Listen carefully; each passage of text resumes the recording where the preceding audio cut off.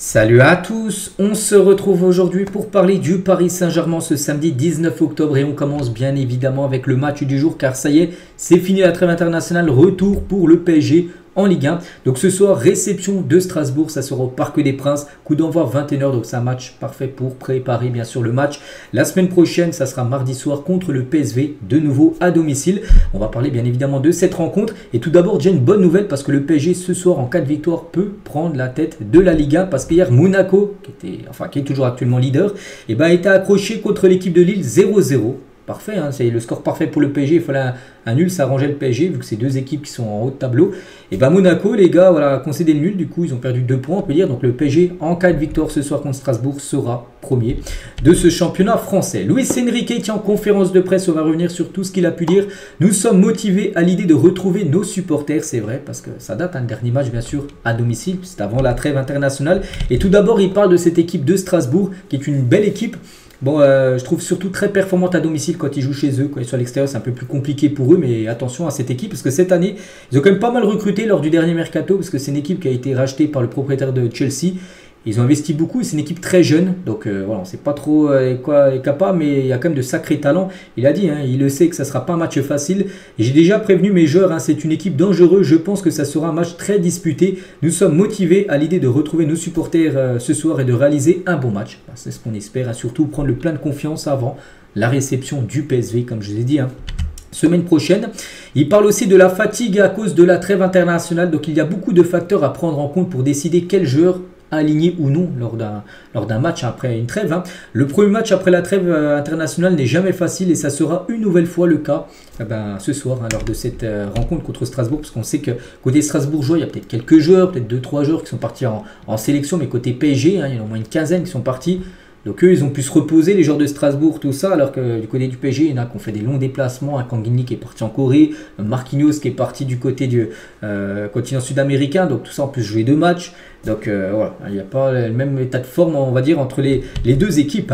Mais bon, c'est comme ça, de toute façon. Donc bref, toujours avec Luis Enrique, une saison n'est pas linéaire. Bien sûr qu'on aimerait gagner tous les matchs, mais ça n'arrivera pas. Parce que voilà, il n'y a personne, les gars, qui arrive, jamais, je crois, dans l'histoire du football, une équipe a réussi à gagner tous ces matchs lors d'une saison. Bon, peut-être en amateur, en professionnel, bien sûr, c'est très très compliqué.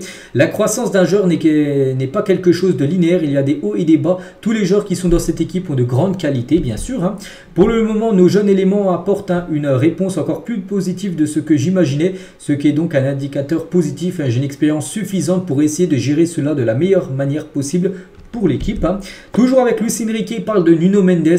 J'espère lui permettre de s'améliorer aussi bien sur le plan défensif qu'offensif. C'est un latéral avec des capacités physiques et techniques exceptionnelles. Il reste un jeune joueur, il est très à l'aise au moment d'attaquer, de centrer, c'est vrai. On a pu le voir, en plus il a marqué quelques buts. Déjà, bon, il n'avait pas marqué par exemple contre le Girona, mais c'est lui qui a l'origine bien sûr du but contre son camp, du gardien, qui a donné quand même 3 points très importants du PSG en toute fin de match lors de la première journée. Donc voilà, c'est quand même...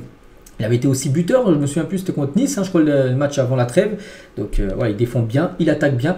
Après, il est souvent quand même un peu blessé. C'est vrai que voilà, on espère là qu'il soit à 100% bien sûr pour la série de matchs qui l'attend. Nuno Mendes. Il parle aussi de Kimpembe. Kimpembe, retour déjà à l'entraînement collectif. Tiens, une photo là qui date d'hier et surtout quand est-ce qu'il va revenir. Tout d'abord, on arrive à la fin de ce processus et j'en suis très content parce qu'il va bientôt pouvoir compter sur Kimpembe.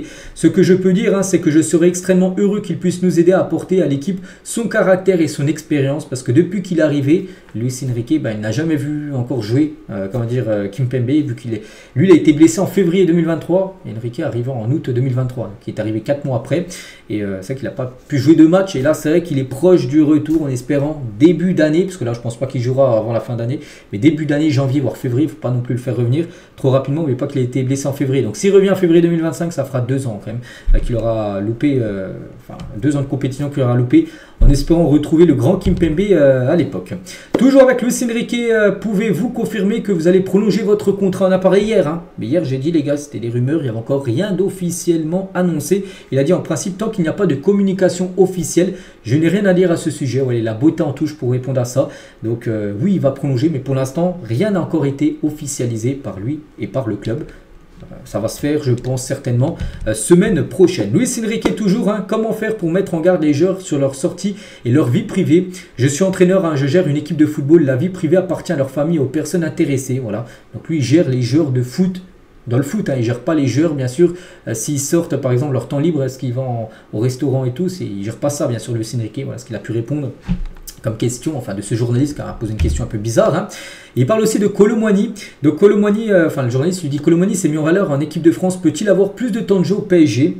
Donc c'est vrai, bonne question. Donc la réponse, hein, sans aucun doute, c'est toujours une bonne nouvelle de voir mes joueurs avoir de bons résultats, marquer, faire de bons matchs, défendre bien. Bon, voilà ce qu'il a pu dire sans aucun doute, c'est vrai. Maintenant on verra. On verra s'il va le faire jouer un peu plus, parce qu'on sait que Kolo Muani, hein, c'est toujours... il joue toujours très peu, hein, du côté du Paris Saint-Germain. Il parle aussi de Zaïre Emery. Donc Zaïre Emery est un peu moins bien. Comment faire pour l'aider à retrouver son niveau qu'il avait la saison dernière? Il a dit il était superbe dans ce début de saison. Pour moi, bon, c'est ce qu'il pense. Moi, je trouve quand même que par rapport à la saison dernière, c'est un cran en dessous, hein, quand même, Zaïre Emery. Pour moi, je le répète, hein, nous avons le meilleur Warren de la saison dernière, à part peut-être sur le dernier match, mais c'était collectif. Voilà, contre Nice, il avait été très décevant. Mais voilà, pour lui, il est vraiment très satisfait du début de saison de Zaïre Emery. Je trouve comme que c'est, voilà, c'est comme j'ai dit, hein, il était bien meilleur la saison dernière. Il cassait énormément les lignes. Hein, je me souviens, il prenait le ballon, il arrivait à avancer tout ça avec le ballon. Mais là, cette saison, c'est plus compliqué. Voilà, ça arrive, hein, bien sûr. Il a seulement 18 ans. Voilà, il faut quand même qu'il soit juste aussi, Luis Enrique, pour dire que peut-être un joueur est un peu dans le mal en ce début de saison. Comment gérez-vous votre santé mentale? Il a dit heureusement, ce n'est plus tabou d'en parler et de le travailler. Il faut avoir les capacités, l'envie de faire face à ce travail, hein, mais ce n'est pas facile. Il faut vouloir s'améliorer sur des aspects. Voilà. Comment gérez-vous les temps de jeu des nombreux jeunes talents malgré l'envie de les voir le plus possible, hein? Si j'étais supporter du PSG, bien sûr que je voudrais voir tous ces jeunes talentueux jouer. Hein, les Désiré Doué, tout ça, les Mbaye, tout ça. Mais il n'y aura pas la place pour tous, hein, et c'est normal. C'est vrai que voilà, tu peux faire jouer 11 joueurs. Il a un noyau en gros de 22 joueurs à peu près. Donc c'est pour ça qu'il y a à chaque fois pas mal, bien sûr, de joueurs déçus voilà, d'être bien sûr sur le banc. Je vois l'équipe dans une bonne tendance. Hein. Il y a 6 matchs importants là jusqu'à la prochaine trêve internationale du mois de novembre. Hein.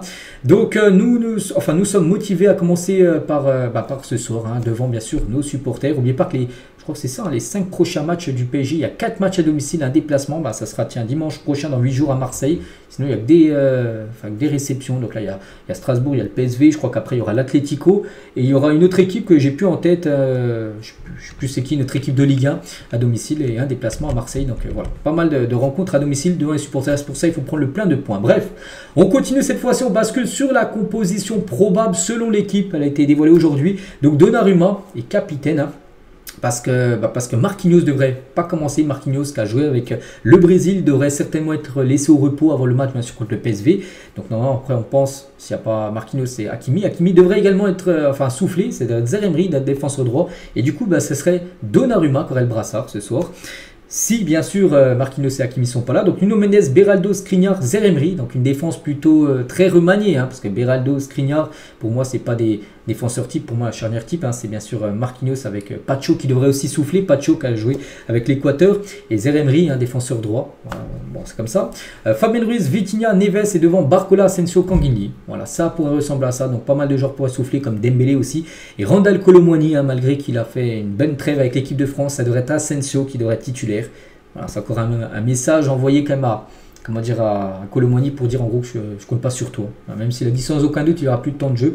Non, allez, le match qui suit, il commence sur le banc alors qu'il a quand même très peu joué avec le PSG lors des matchs avant. Donc voilà, et côté strasbourgeois, attention à cette belle équipe les gars. Hein, Nanasi les gars, très bon joueur suédois. Il y a Santos, il y a Moreira, voilà c'est...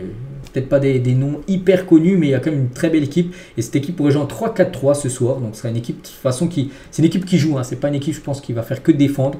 Donc voilà, je pense qu'il y aura des buts ce soir entre ce PSG et l'équipe de Strasbourg.